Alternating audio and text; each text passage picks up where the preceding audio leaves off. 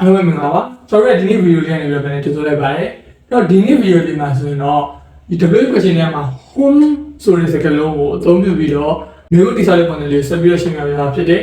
home ဆိုတဲ့စကားလုံးလေးကိုကျွန်တော်တို့ object တွေကိုသိချင်တဲ့အခါမှာ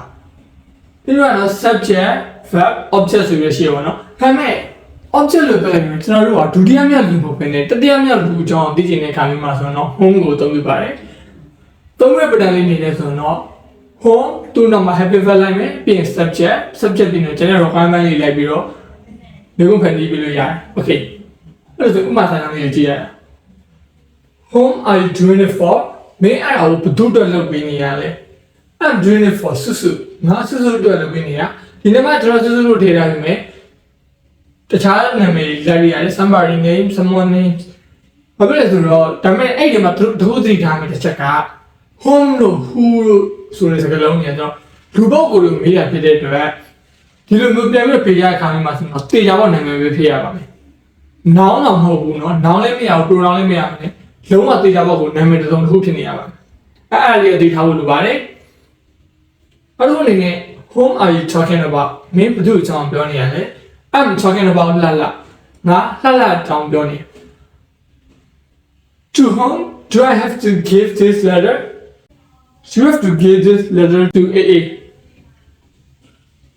မင်းဒီစာကို AA ကိုပေးပြရမှာ Okay ဒီစာနဲ့၃ကြောင်းတော့ပြန်ကြည့်ကြည့်အောင်ဒီစာနဲ့၃ကြောင်းမှာဆိုတော့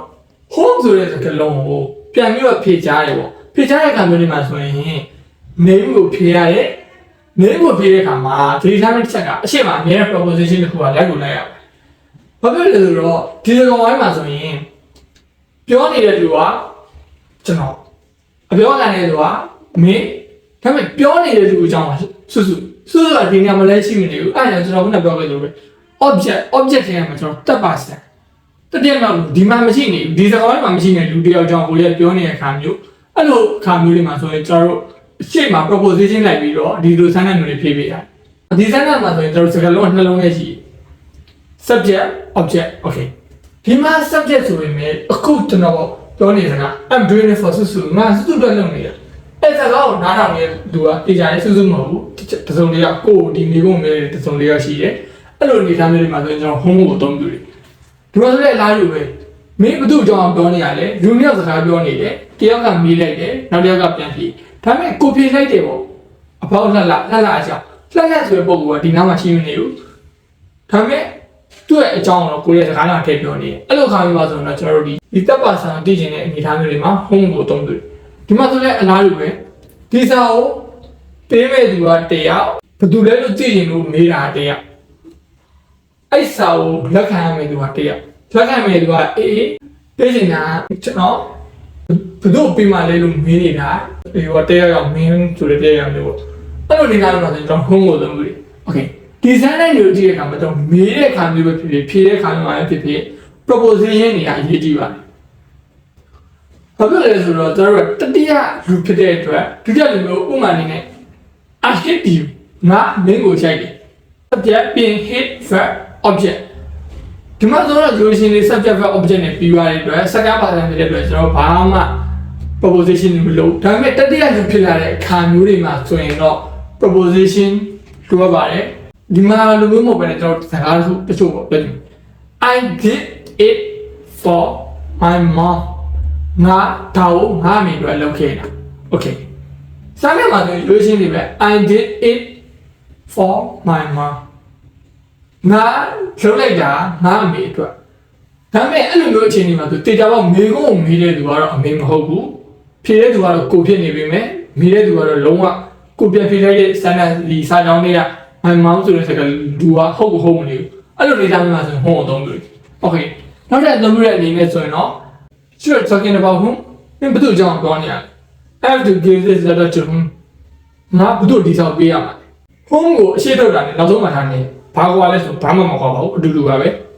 ဒါပေမဲ့နားသွားပြင် home ဆိုတဲ့စကားလုံးကဆိုတော့တတိယလူဖြစ်တဲ့အတွက်ဒီလိုမျိုးစမ်းတဲ့ကြီးနဲ့ထုတ်ပြီးတော့ရေးတယ်ဆိုတာရှားပါတယ်ဒီလိုမျိုးလေးပဲဒီအထောက်ဆုံးမှထားပြီးတော့ပြောတာများပါတယ်You're doing it for him ဘယ်တော့သူလည်းလုပ်နေရလဲအဲ့လိုပြောတဲ့စကားလုံးတွေကို whom are you doing it for အဲ့လိုမေးတာတက်ဆိုင်အတော့ဒီမှာဘာဖြစ်လဲဆိုတော့ကျွန်တော်ဒီလိုမျိုးမေးခွန်းတွေမှာကျတော့ ထိတ်ဆုံးမှထားတဲ့ WH question တွေမှာ who ဆိုတဲ့စကားလုံးပဲပို့ပြီးတော့သုံးပါတယ် home ကိုတော့ဒီလိုမျိုးကိုလိုရတဲ့နေရာပေါ့ကိုဖေးနေတဲ့နေရာမျိုးမှာ proposition လေးနဲ့တွဲပြီးတော့ home ကိုမေးတဲ့အခါမျိုးကများပါတယ်တချို့မိကိုနေမှာဆိုရင်ကြတော့ဒီလိုမျိုး home ကိုရှေ့ထုတ်ချင်အောင်မှကျွန်တော်ဒီ sentence မှာလိုမျိုး to home ကို proposition လေးနဲ့ home ကိုတွဲပြီးတော့အရှေ့ကိုထုတ်တာမျိုးလည်းရှိတယ်ဒီမှာဆိုတဲ့အလားတူပဲ for whom for ခြေတော့တယ် for whom are you doing it ဘယ်သူလဲတော့လို့နေရတယ်မိကွာအတူတူပါပဲအခါတူလေးတော့နည်းပြောကြပါပါတယ်အဲ့တော့သတိပြုဖို့လိုပါတယ်ဒီမှာကျွန်တော်ရေးရတဲ့ရေးတော့များသောအားဖြင့်ဘုံကိုအသုံးပြုပြီးတော့မိကွန်းလေးခံရတဲ့အခါမှာမရှိမဖြစ်လိုတဲ့စကားလုံးတွေကတချို့ကျွန်တော်ရေးပြတာဖြစ်တယ် for about to from okay for တော့ကျွန်တော်ဒီမှာသုံးပြရတယ် about ကိုလည်းဒီမှာသုံးပြရတယ် to ဆိုတဲ့စကားလုံးလည်းကျွန်တော်ဒီမှာသုံးပြရတယ် from ဆိုတဲ့စကားလုံးဥပမာနဲ့ကျွန်တော်မျိုးစမ်းကနေခံရ you got it from him မင်းအဲ့ဒါကိုဘယ်လိုရှယ်ရခဲ့ရလဲဒါမှမဟုတ် from whom did you get it or whom did you get it from အလားတူပဲသုံးတဲ့ပုံစံလေးရအတူတူပဲဒါပေမဲ့ from ဆိုတဲ့စကားလုံးထုံးတဲ့နိုင်မှာကိုကတစ်စုံတစ်ယောက်ရနေပြီးတော့တစ်စုံတစ်ခုလက်ခံထားတဲ့အခြေအနေမျိုးမှာကိုကိုပေးရလို့မဟုတ်တဲ့တခြားတစ်ယောက်နဲ့စကားပြောတဲ့ခါမျိုးလေးမှာဆိုရင်အမေးဖြေ from ဆိုတဲ့စကားလုံးကိုအသုံးပြုပြီးတော့စမ်းသပ်နေတိဆောက်တဲ့အခြေအနေမျိုးလေးရှိတယ်ပေါ့နော်ဒါကတော့ကျွန်တော်စမ်းသပ်တိဆောက်တဲ့ပုံလေးနဲ့ပတ်သက်ပြီးတော့ရှင်းပြပေးခဲ့တာပါဘုံကိုသုံးပြီးတော့ပုံရတော့အချင်းချင်းအဖြစ်ဆိုရင်တပ်ပါဆောင်ပြောတဲ့အခါကိုရီဒီလူမျိုးစကားပြောနေတယ်အဲ့စကားဝိုင်းမှာမရှိတဲ့တစုံတစ်ယောက်အကြောင်းကိုပြောကြတဲ့အခါမျိုးလေးမေးတဲ့အခါမျိုးတွေမှာဆိုတော့ဟုံးကိုသုံးပြီးဖြေတဲ့ပုံစံလေးကတော့ထုံးစံတိုင်းက proposition နောက်မှာကျွန်တော်နေလိုက်ပြီးတော့ဖြေကြပေးရတယ်ဟုံးနဲ့ပတ်သက်တဲ့စမ်းသပ်တိဆောက်ပုံနဲ့စကားပြောတဲ့အခါအသုံးပြုတဲ့ပုံစံကတော့ကျွန်တော်ဒီမှာရှင်းပြတာအကုန်ပါပဲအားလုံးလည်းနားလည်ကြလိမ့်မယ်လို့ပြောလိမ့်ပါတယ်အဲ့ဒါဆိုတော့ကျွန်တော်နောက်ဗီဒီယိုလေးကြတွေ့ကြပါမယ်အားလုံးပဲဘိုင်ဘိုင်ပါ